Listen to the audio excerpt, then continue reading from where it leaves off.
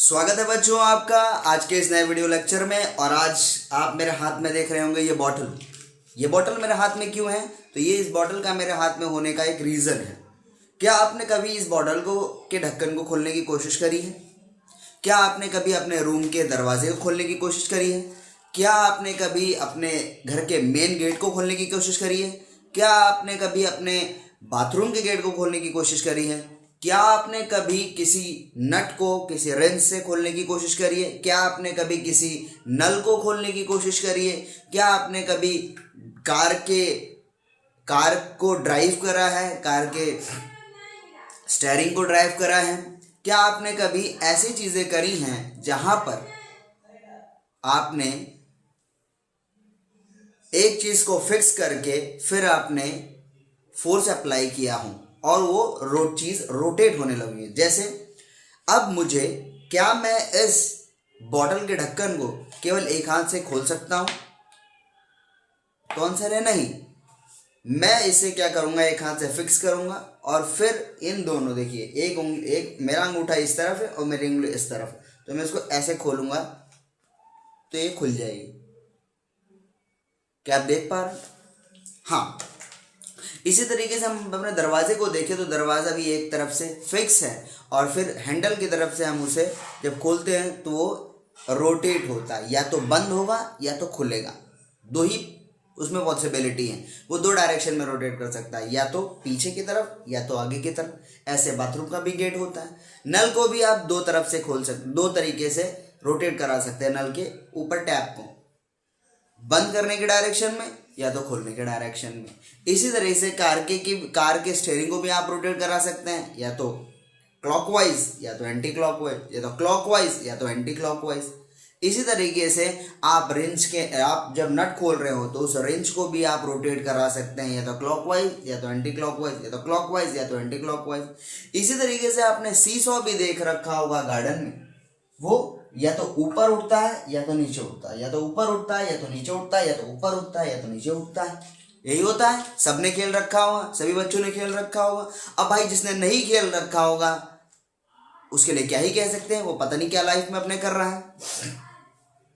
अब इसमें तो खेला, सभी ने खेला होगा, खेला भी चाहिए।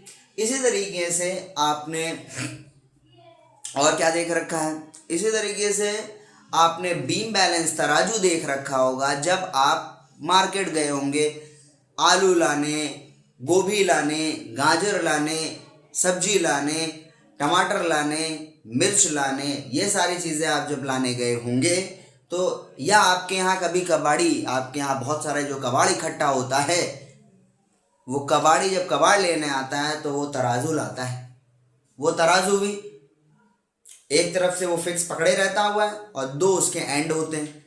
एक एंड पे वो बाट रखता है और दूसरे एंड पर वो सारे सामान रखता है और फिर वो उसे बैलेंस करने की कोशिश करता है। जिस तरफ भारी होता है तराजू उस तरफ झुक जाता है और जिस तरफ हल्का होता है वो उड़ जाता है। तो उसके या तो नीचे झुकेगा या तो ऊपर उठेगा, दो ही पॉसिबिलिटी है। या तो इससे ये एंड ऊपर उठ जाए, ये एंड नीचे घुस जाए, नीचे चला जाए, और या ये एंड ऊपर उठ जाए, ये एंड नीचे चले। तो ये सब पॉसिबिलिटी होती हैं। तो इसके पीछे है फिजिक्स का एक बहुत ही शानदार सा कॉन्सेप्ट जो हम क्लास 10th ICSE के पहले चैप्टर में पढ़ने वाले हैं, और आज उसी के बारे में हम लोग डिटेल डिस्कशन करेंगे। इसीलिए ये लेक्चर बहुत शानदार होने वाला है, क्योंकि आज के बाद ये सारी चीज़ों में कौन सी चीज़ अप्लाई हो रही है या इसमें कौन से और मॉडिफिकेशन अपने आप से कर सकते हैं, ये सारी चीज़ों के बारे में हम लोग डिस्कस करेंगे और जानेंगे, इनसे फेमिलियर होंगे और रूबरू होंगे कि ये चीज़ें ऐसा क्यों रोटेट हो पा रही हैं, फिक्स होने से इन पे क्या इफेक्ट पैदा हो पा रहा है। इससे पहले आपने छोटी क्लासेस में पढ़ रखा होगा फोर्स के बारे में, बल के बारे में। बल की क्या खासियत है? फोर्स को क्या कहते हैं? पुश या पुल। हिंदी में उसे क्या कहते हैं? धक्का देना या खींचना। पुश करना यानी धक्का देना, पुल यानी खींचना। तो फोर्स के दो रूप हो सकते हैं। फोर्स या तो किसी को पुश करने में काम आ सकता है या तो पुल करने में। फोर्स वो एक्सटर्नल फैक्टर होता है जो किसी बॉडी को रोक सकता है या किसी बॉडी को मोशन में कर सकता है। जब बॉलर बॉल फेंकता है तो वो उसको धक्का दे रहा है बैट्समैन की तरफ, तो वो उस पर एक फोर्स लगा रहा है। बैट्समैन जब उसको छक्का मारने की कोशिश कर रहा है तो वो भी उस पर क्या लगा रहा है, फोर्स लगा रहा है। और छक्का मारने की आशा में जब फील्डर उस बॉल को देखता है तो वो उसे जब कैच करता है तो उस बॉल को रोक रहा है, उसके मोशन को रोक रहा है। तो बॉलर ने उस बॉल को मोशन में किया, बैट्समैन ने फिर उसे एक फोर्स लगा के मोशन और उसकी स्पीड बढ़ाई, और फील्डर ने जाके उसको कैच पकड़ के उसके मोशन को रोक दिया, उसे रेस्ट में ला दिया। तो किसी बॉडी को मोशन से रेस्ट में या रेस्ट से मोशन में लाने के लिए हम क्या अप्लाई करते हैं, फोर्स अप्लाई करते हैं। लेकिन बल की बात एक खासियत होती है, फोर्स एक बहुत ही शानदार चीज है जिसको अगर बुद्धि के साथ इस्तेमाल नहीं किया गया तो व्यक्ति दो ही जगह जाता है, या तो मेंटल हॉस्पिटल या तो पुलिस स्टेशन। इसीलिए जब हम हनुमान चालीसा पढ़ते हैं तो उसमें एक लाइन बोलते हैं, बल बुद्धि विद्या। बल तो दीजिए हनुमान जी, श्री हनुमान जी बल तो दीजिए, लेकिन साथ साथ हमें बुद्धि भी दीजिए, क्योंकि बल का इस्तेमाल बुद्धि के साथ करना बहुत ज़रूरी है। क्योंकि भाई जो आपके से बल का इस्तेमाल आपने किया और ऐसे किसी व्यक्ति के साथ कर दिया जो आपसे ज़्यादा ताकतवर है, तो आपको मारेगा और आप कहाँ जाएंगे, हॉस्पिटल।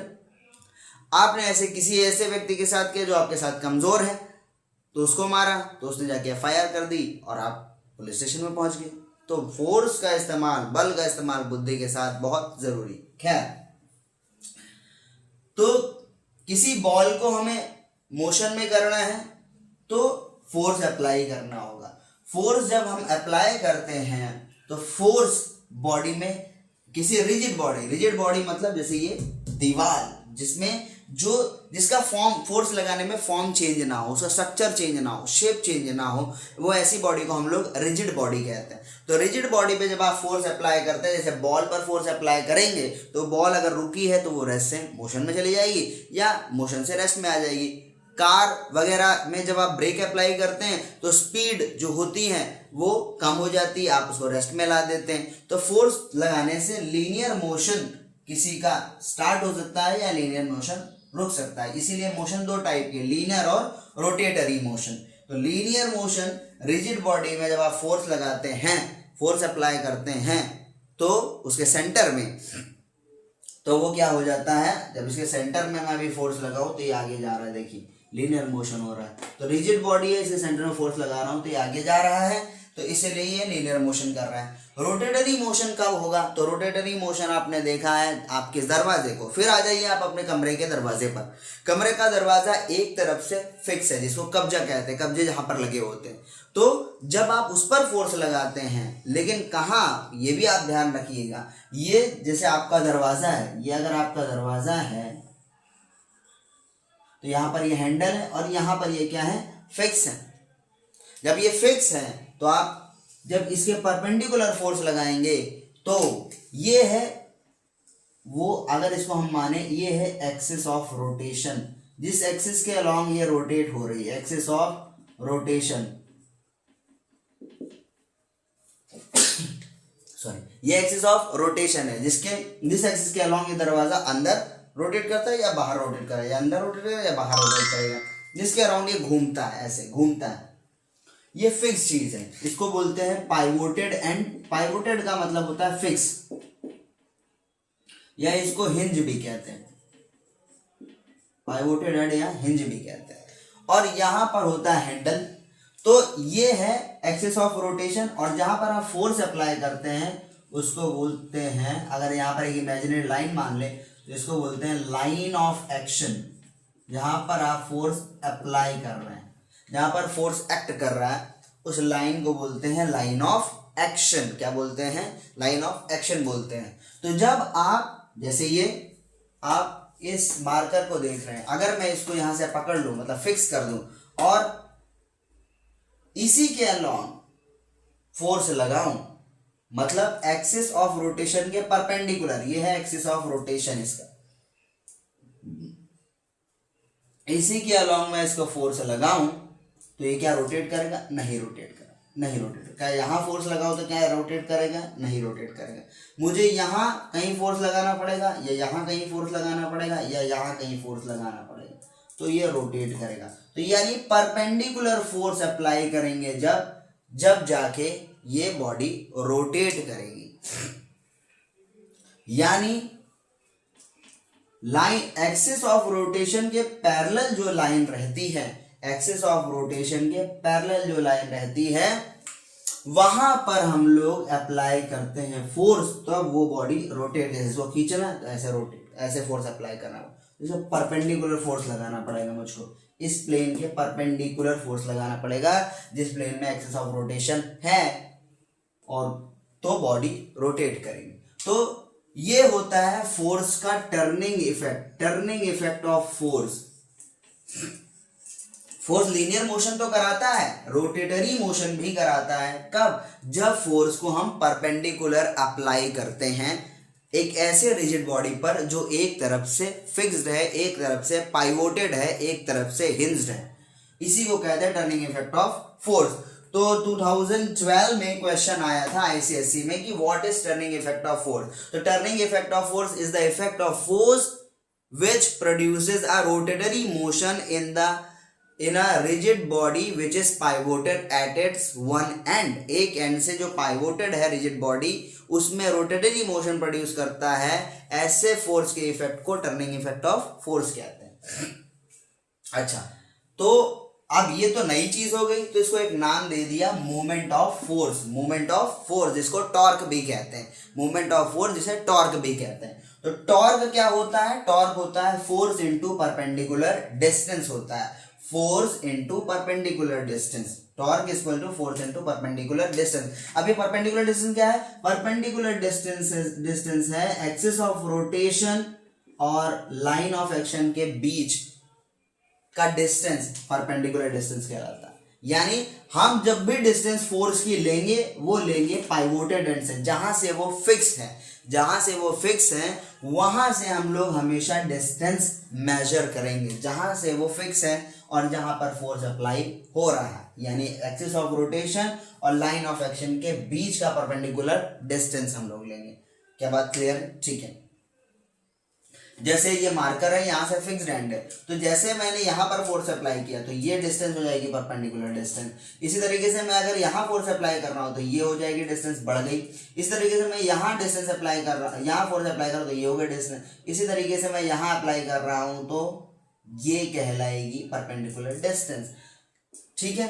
अब टॉर्क जो होगा, इफेक्ट जो होगा फोर्स का, वो तो फिक्स रहेगा।